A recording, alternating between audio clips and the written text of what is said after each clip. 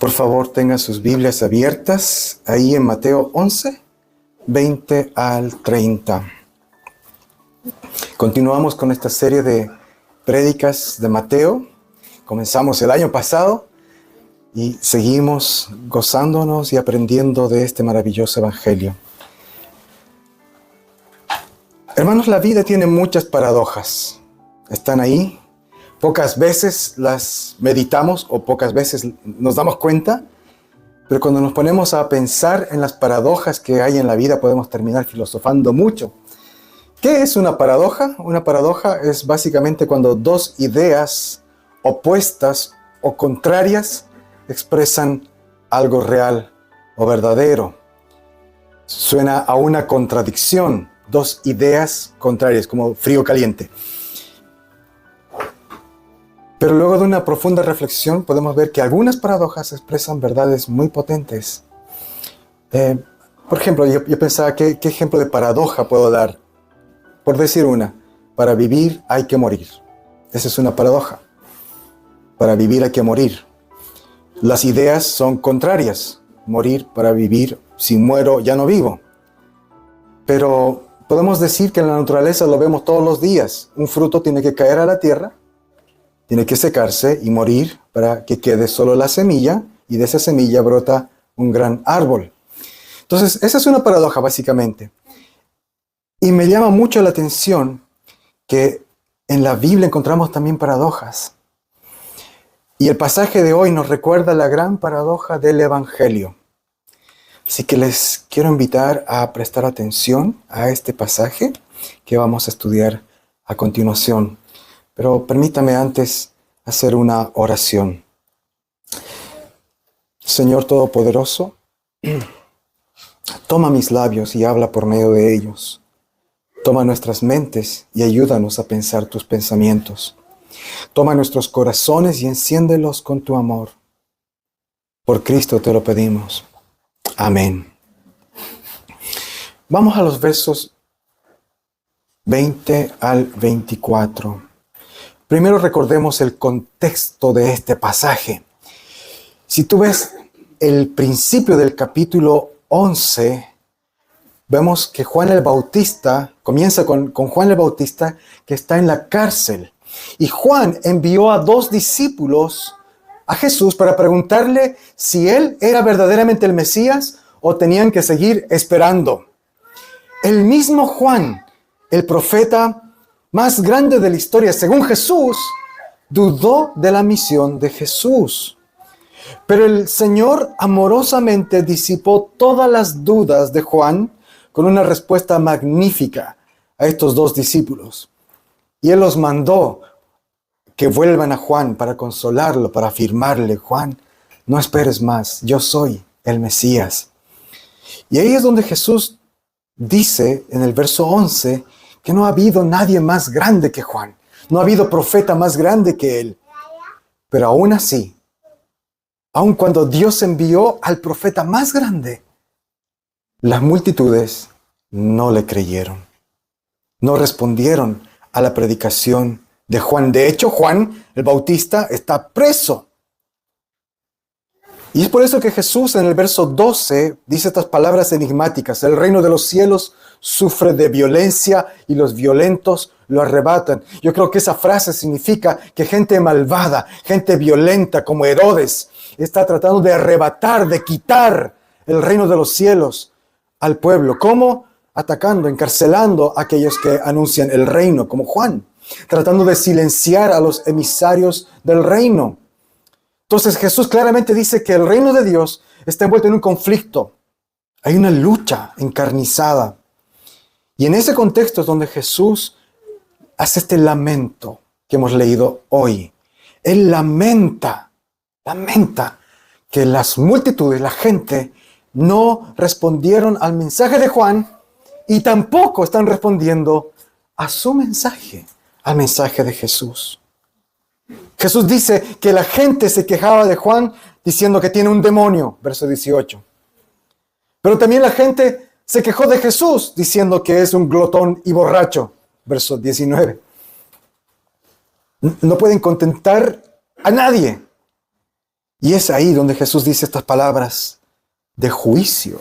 Son palabras de juicio fuerte y duras hacia aquellos que, teniendo tal testimonio del profeta más grande y del mismo Hijo de Dios, no se arrepienten. Mira el verso 20.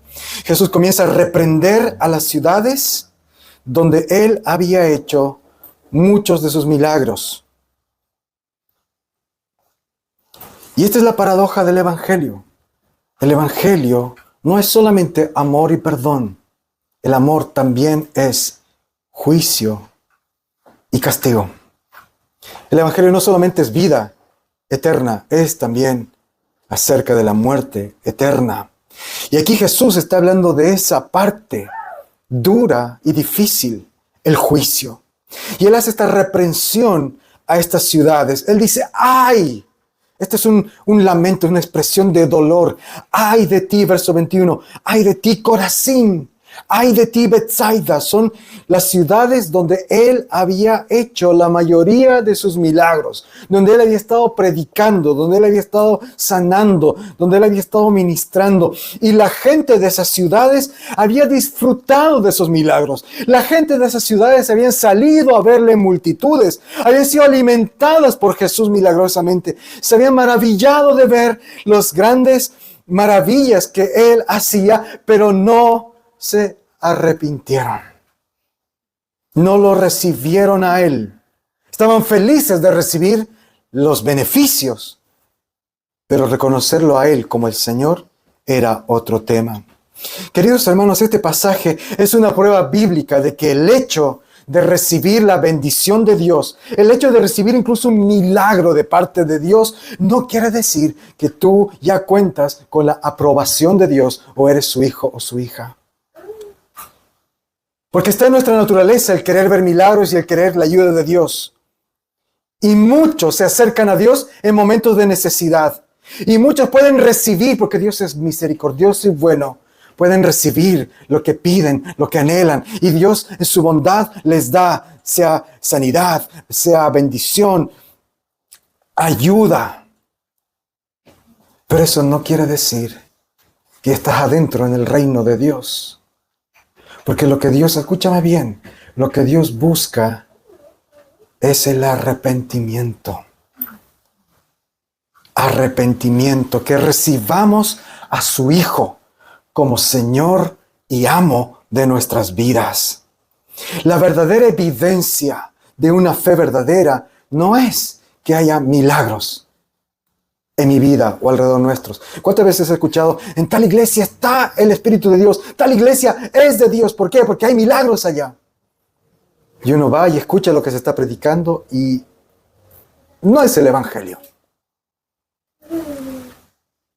El hecho de que haya milagros no es evidencia de fe verdadera. Y esto Jesús se está lamentando en estas ciudades. Y espero que este lamento llegue a nuestras almas. ¡Ay de ti! ¡Ay de ti! Hay dolor en Jesús. Porque Él dice, si en Tiro y en Sidón se hubieran hecho los milagros que se han hecho en ustedes, hace tiempo se habían arrepentido, cubriéndose de cenizas y de cilicio. El cilicio es una tela áspera y dura. En la antigüedad, especialmente en el Antiguo Testamento, cubrirse de esta ropa áspera y tirarse ceniza en la cabeza eran símbolos de duelo, de lamento, eran símbolos de arrepentimiento. Y Tiro y Sidón eran ciudades gentiles al noroeste de Filistea y Fenicia. En el Antiguo Testamento, estas ciudades fueron sumamente famosas por su maldad y por su podredumbre moral. Hasta los pueblos paganos hablaban mal de Tiro y de Sidón. Hay registros históricos que aún hasta para los cananeos, lo peor estaba en Tiro y en Sidón. Y lo que vemos en el Antiguo Testamento, en la Biblia, es que los profetas también condenaron la idolatría de estas dos ciudades. Adoraban al dios Baal, eran injustos, asesinaban, mataban a sus propios hijos. Había gran orgullo y maldad en estas dos ciudades. Isaías 23, Jeremías 25, Ezequiel 26, Joel 3, Zacarías 9, todos ellos denuncian la maldad de estas dos ciudades. En comparación, Corazín y Betsaida eran dos ciudades israelitas, judías, que habían recibido la ley de Dios y sus pactos, que habían vivido bajo el gobierno de la ley moral y religiosa del Antiguo Testamento. No eran reinos del pecado, como Tiro y Sidón. Sin embargo, Jesús los compara y dice que estas dos ciudades tan famosas por su maldad ya se hubieran arrepentido si hubieran recibido los milagros, si hubieran recibido el ministerio de Jesús.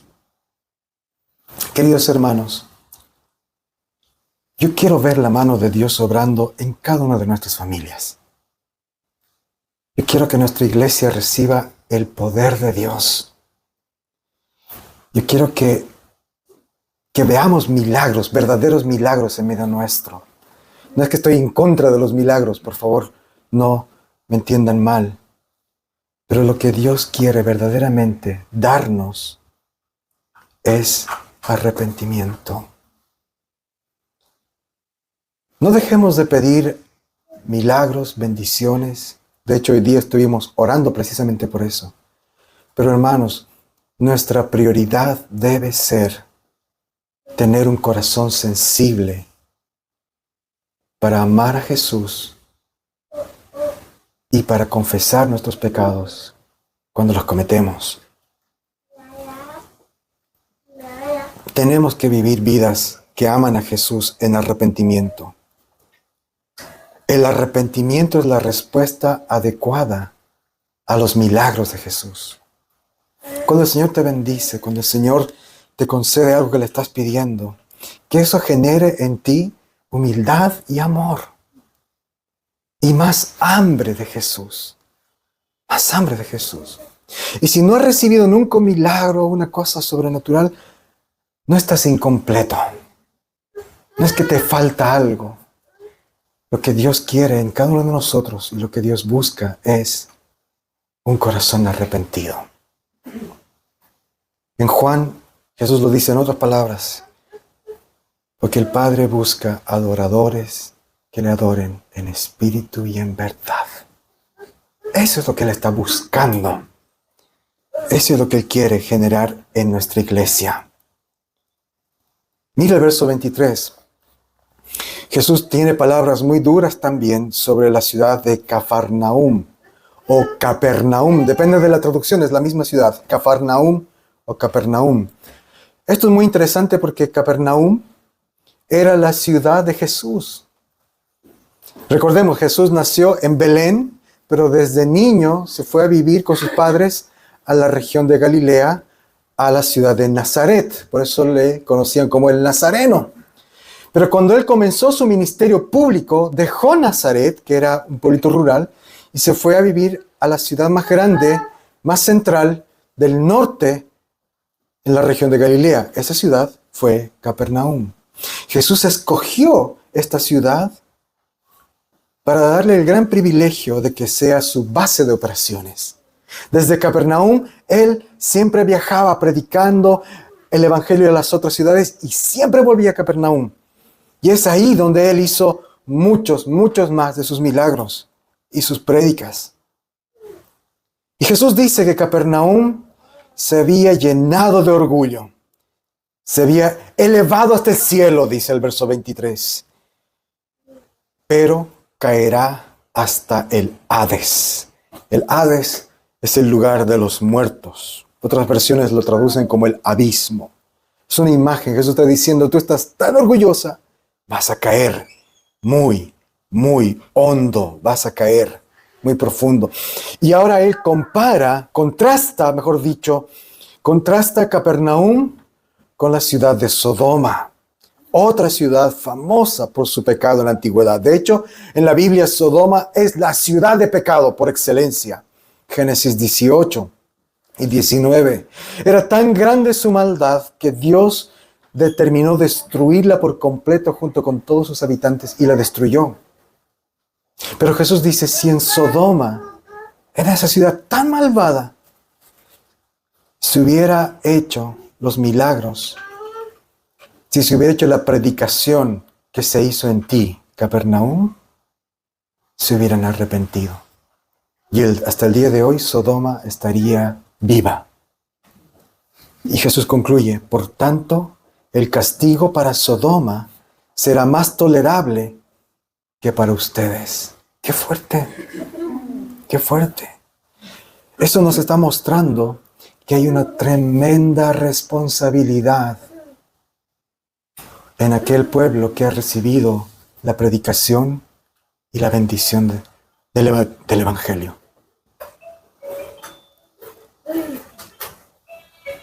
Si hemos recibido la predicación del Evangelio, pero no hemos creído, es mucho más terrible que aquellos que nunca creyeron, pero que no se les predicó. Palabras muy duras de Jesús. Pero el mensaje no ha terminado ahí. En el verso 25, Mateo dice, en ese momento, en medio de su lamento, en medio de esta reprimenda, en medio de estas palabras de condena, de juicio, Jesús alaba al Padre. Y cuando yo leí esto, como que me desubiqué un poco, porque Jesús está juzgando a estas ciudades, está lamentándose por ellas, y de repente empieza a alabar al Padre. Eso nos muestra el grado de confianza que Jesús tenía en el Padre. Él está hablando acerca del juicio, de la condena, de un duro castigo, de cómo Dios va a castigar estas ciudades que lo rechazaron. Pero estas verdades no despiertan en Jesús duda, preocupación o ansiedad, sino alabanza. Y eso para mí es una lección muy fuerte. Porque ¿qué pasa generalmente cuando nosotros nos ponemos a meditar acerca del juicio, de la condena? De hecho, es un mensaje incómodo. Es una realidad incómoda hablar del juicio de Dios, de que Dios castiga al pecador. Nos gustan las frases de que Dios castiga el pecado y no al pecador. Bonita frase, pero no es bíblica. Lo siento mucho, pero no es bíblica. Bíblicamente Dios castiga al pecador por su pecado. No podemos separar el pecado del pecador. Por eso nos incomoda este tipo de meditación, este tipo de doctrina. Pensar en el juicio de Dios en muchos produce ansiedad, tristeza, duda. ¿Cómo es posible que Dios castigue con el infierno a las personas? ¿Acaso Dios no es amor? Pero cuando Jesús está hablando estos temas, produce en él alabanza. ¿Por qué?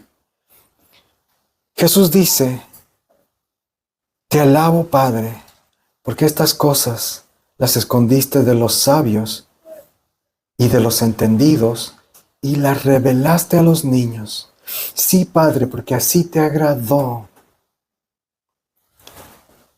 Lo que Jesús está alabando, está agradeciendo, es porque este plan de Dios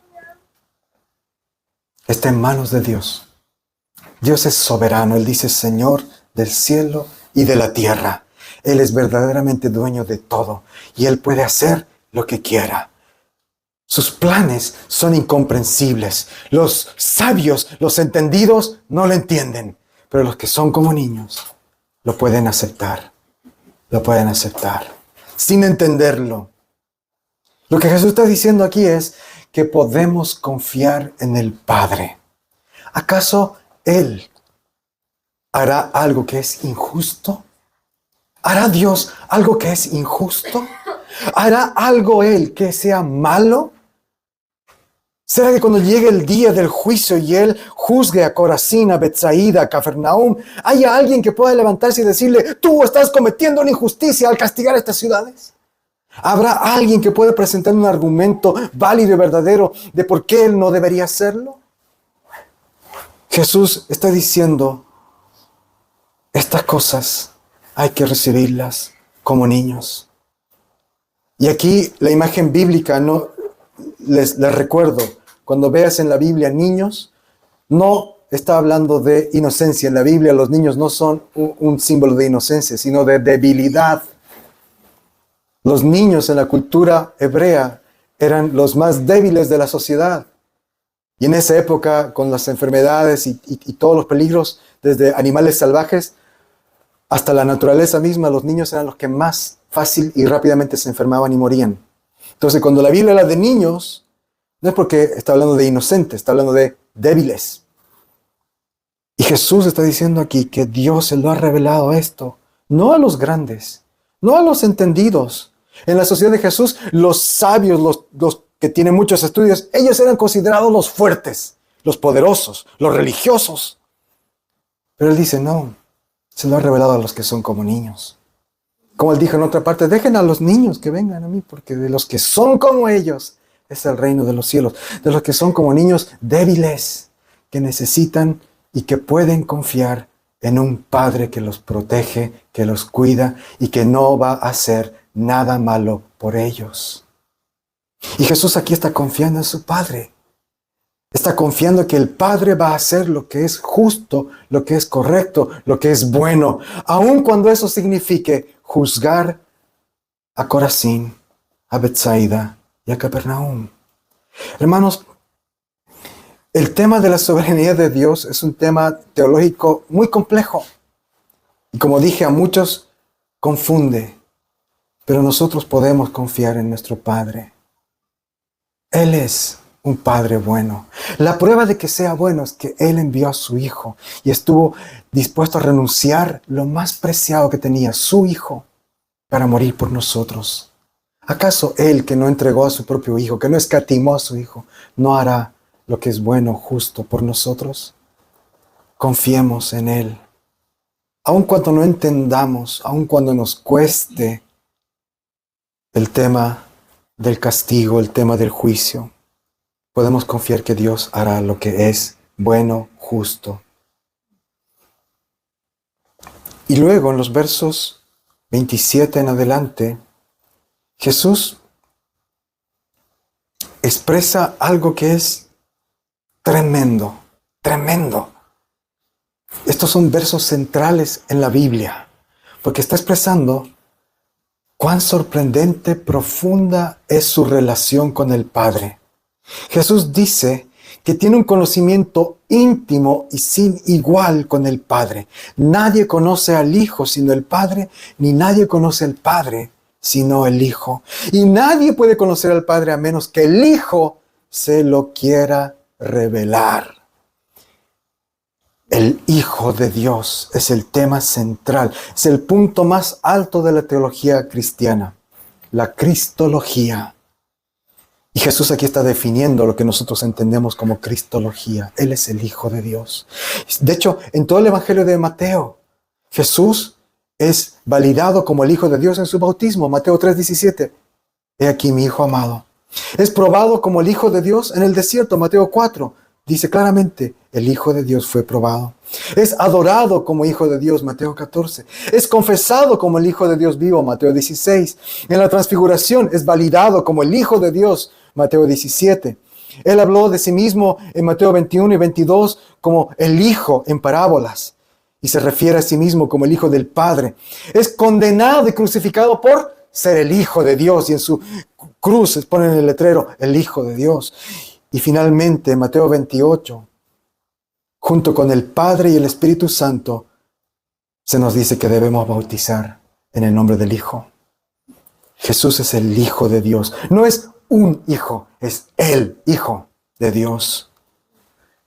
Y aquí en este verso Él está diciendo que el Hijo de Dios y el Padre se conocen de una manera única, íntima, eterna. Es una relación muy distinta a la que un padre y un hijo humano pueden tener.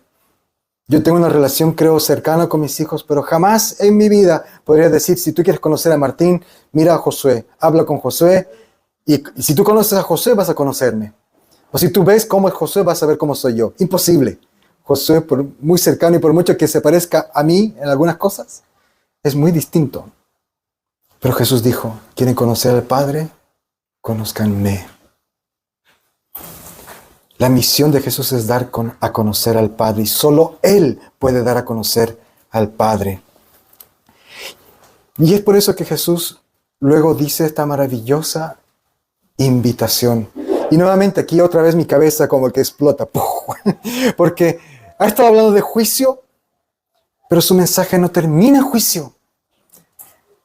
Él todavía está en estas ciudades y todavía está con estas ciudades en mente, con aquellos que le han rechazado y les dice, vengan a mí, vengan a mí. ¿Te das cuenta? La paradoja del Evangelio. Acaba de decir que Dios va a juzgar a aquellos que le han rechazado, pero al mismo tiempo les dice, vengan a mí. Vengan a mí, todavía hay tiempo. El juicio de Dios no ha llegado todavía. Vengan a mí. Vengan a mí. El Evangelio tiene esta paradoja que es excluyente. No todos pueden entrar al reino de Dios, solo aquellos que aceptan el mensaje de Jesús. Pero al mismo tiempo, el Evangelio es inclusivo. Vengan a mí todos los trabajados y cansados. Vengan todos. ¿Te das cuenta? Esa enorme paradoja, esa maravillosa paradoja. Y Jesús está expresando en estos versos esa paradoja. Dios va a juzgar a aquellos que rechazan, aquellos que no se arrepienten. Pero vengan a mí, vengan a mí, vengan a mí. Y Jesús ya había llamado a sus discípulos diciendo, vengan y síganme. Pero este es un llamado distinto. No dice síganme, no dice vengan conmigo, dice vengan a mí. Esto es una invitación a una relación personal con Él, como persona, a ir a Él, a tener una relación cercana con Él. Y está invitando a todos los cansados y agotados. Cansados la palabra cansado habla de aquellos que están cansados físicamente, cansados por un largo viaje, cansados de tanto trabajar, de desgaste físico. Pero la palabra agobiado, que bueno, no sale en nuestra traducción aquí, pero sí está en el original, la palabra agobiado habla de aquellos que están agotados por cargas pesadas emocionales. Puede ser un cansancio emocional o espiritual. En pocas palabras, Jesús está invitando a todos aquellos que han experimentado la dureza de la vida, las consecuencias del pecado, que se reflejan en cansancio físico, pero también en este cansancio emocional. ¿Cuántos de nosotros hemos sentido, ya estoy cansado de esta vida? O de las penas, es como todos los días es una lucha. Todos los días es agotamiento. Jesús nos dice, vengan y descansen en mí. ¡Qué maravilloso! Queridos, la religión no puede dar este descanso. Los pastores no podemos dar ese descanso. Las instituciones de la iglesia anglicana no pueden dar ese descanso. Solo Jesús puede dar este descanso. Los judíos tenían la religión, tenían la ley, y los fariseos les habían aumentado muchas tradiciones, muchas leyes, muchas cosas que tenían que cumplir, y ellos se esforzaban en cumplirlo, y como terminaron cansados, con una mochila pesadísima. Y Jesús les dice, los que vienen a mí van a descansar. Y Él dice, mi yugo, Él sí tiene un yugo, tengo una carga, sí, es una carga, pero es fácil y liviana. El yugo es esta madera que se pone entre dos animales de carga, especialmente en los bueyes. Y es una buena metáfora para hablar de las cosas de la vida, especialmente del costo que significa ser cristiano, de seguirle. Pero Él dice, yugo de la fe no es pesado. Es yugo, sí, pero no aplasta. Es fácil de llevar. Queridos hermanos, quiero terminar con esto. Jesús dice que Él es manso y humilde de corazón y nos invita a sus discípulos a ir a Él, a dejar nuestras cargas en Él. Hermanos, el verdadero cristianismo no es una carga insoportable. No la convirtamos en eso. El verdadero cristianismo es aceptar a Jesús como Señor, como Salvador, vivir con Jesús una vida de arrepentimiento, de gratitud. Y es descansar en Él, es confiar en Él. Él es el que llevó la cruz por nosotros. Por lo tanto, cualquiera que sea tu carga, puedes descansar en Jesús. Por muy complicada que pueda llegar a ser la vida, el discipulado de Jesús es simple. Es simple. No necesita ser sabio ni entendido, sino como un niño que depende de su padre. Hermanos, esto también nos debe ayudar y enseñar a cómo compartimos el Evangelio a otros. Porque a veces los cristianos hemos vuelto el Evangelio también en una carga pesada. Si tú quieres ser cristiano, tienes que venir a la iglesia, tienes que hacer esto, tienes que hacer esto. Y a veces le hablamos a la gente de las cosas que tienen que hacer. El verdadero Evangelio es: ven a Jesús. Ven a Jesús. Que nuestras vidas puedan reflejar esa confianza, esa fe, ese descanso que solo podemos tener en Él. Amén. Oremos, pidámosle al Padre que Él nos dé esta fe.